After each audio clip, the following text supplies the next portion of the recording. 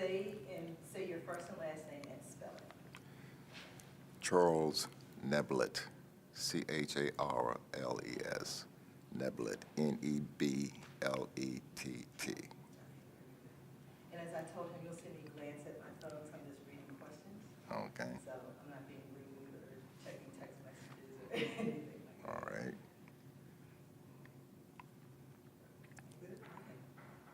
All right, tell me how many years you worked in Atlanta and what you did there. In Atlanta, I got in Atlanta because I was working other places. I was working in Mississippi, and I had worked in Southern Illinois and in Missouri.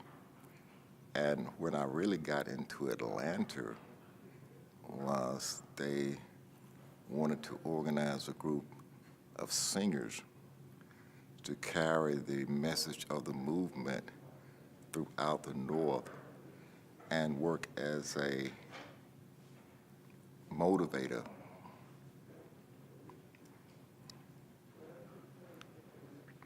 What's going on?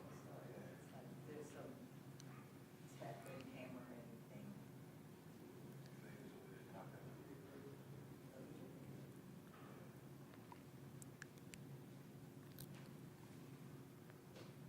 We're good, Mike?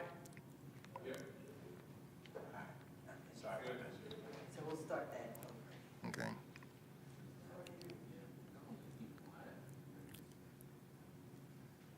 Can we have quiet, please? We're about to film. Thank you. All right, tell me how many years you worked in Atlanta and what you did there. Well, I worked in Atlanta, I guess, a couple of years. Plus, we were in and out of Atlanta.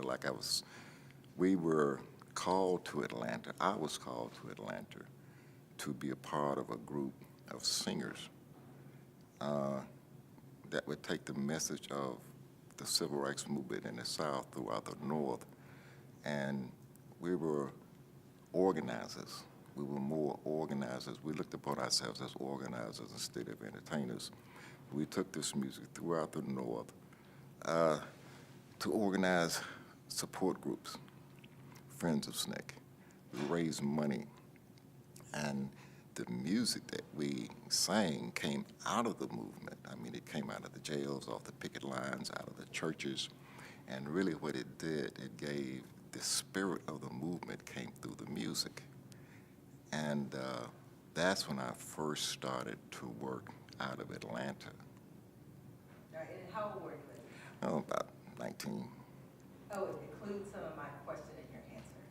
Okay. At the time, I was about 9. At the time I was about 19 years old, and I just got in from Mississippi as a field secretary working in Mississippi. I had worked before in Illinois and southeast Missouri, where we had a movement going on there. We started that while I was in school in '59, and we started working on the problems we had on the campus in terms of the segregation on the campus. And after we solved some of those problems at SIU, Southern Illinois University, then we moved down to Cairo, Illinois, where it was rough, just like Mississippi, Alabama, Southern Illinois. And we worked down there, and then after I worked in Cairo, we decided to go to southeast Missouri, like Sykeston, Missouri, which was just like Mississippi, Alabama. And while we were working down there, it's when Jim Foreman, Rubidar Smith, and some more of SNCC people came down and got involved in the movement there. John Lewis, Cordell Reagan, and all of them came down to Missouri and Cairo, Illinois. And after that, we had a singing group. We sang the songs. I'd written a few songs, and we were singing songs. And that Foreman decided to recruit myself and Charles Dunlap to be a part of SNCC. And after we went to Chicago and sang with a group there called, there's a lot of field secretaries and song leaders throughout the South who went to Chicago as a fundraiser. And then after they heard us sing, then they wanted to recruit me as one of the people would be a part of this group called Freedom Singers to take the message of the movement throughout the country, especially throughout the North, because the papers and the news media at the time really wasn't telling the real story of what was happening in Mississippi, Alabama, Georgia, and so forth. So we hit the road. And you said the name of the group was the Freedom Singers? Freedom Singers, yes. It was comprised of Cordell and Bernice Reagan, myself, and Ruther Harris. And then what type of music did the Freedom Singers? Well, it was different kinds of styles of music. Bernice and Ruther, they came from a very gospel background, and they were very good, terrific singers. And Cordell was from a rock and roll background, and he was a fantastic tenor. And I came from a jazz background. I was majored in music at school, and so we just played jazz. And I came from a jazz background, and we put that group together. And it was amazing because Tosha Seeger, after we'd practiced for, I guess, about a week or so, organized a tour, and we hit the road. We would sing at all the colleges we could. We sang at Carnegie Hall. We were at the Jazz and Folk Festival. And that out west, we sang in California.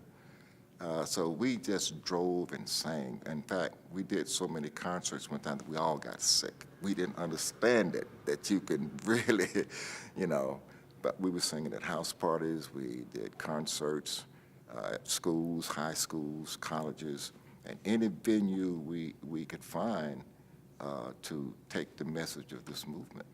And then how did the Freedom Singers, and again, include my question in your answer, drive the movement? We kept the music going. See, I'm convinced if it was not for the music, it wouldn't have been a movement. It really was the glue. Our music is the glue that brought us together, that gave us courage. When you start singing songs like Ain't Gonna Let Nobody Turn Me Around, and people would sing that. And when you get in a situation where we were in a church where the sheriff came in with his dogs, and a lot of fear fell over the church. And a young man, I guess about 13, 14 years old, started singing, I ain't scared of your dog, 'cause I want my freedom, I want my freedom, I want my freedom, ain't scared of your dog, 'cause I want my freedom, I want my freedom now. Then everybody, some more people start singing with a verse, I ain't scared of your gun, 'cause I want my freedom, I want my freedom, I want my freedom, ain't scared of your gun, 'cause I want my freedom, I want my freedom now. And pretty soon the whole church started singing. I ain't scared of your jail, 'cause I want my freedom, I want my freedom. Then people said, I ain't scared of nobody, and the whole church started singing, and then you could see the fear shift. You look at the sheriff, he didn't know what to do, because everybody had made a personal commitment.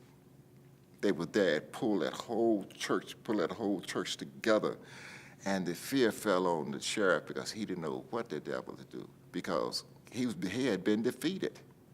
Because nobody was scared. What was he there for?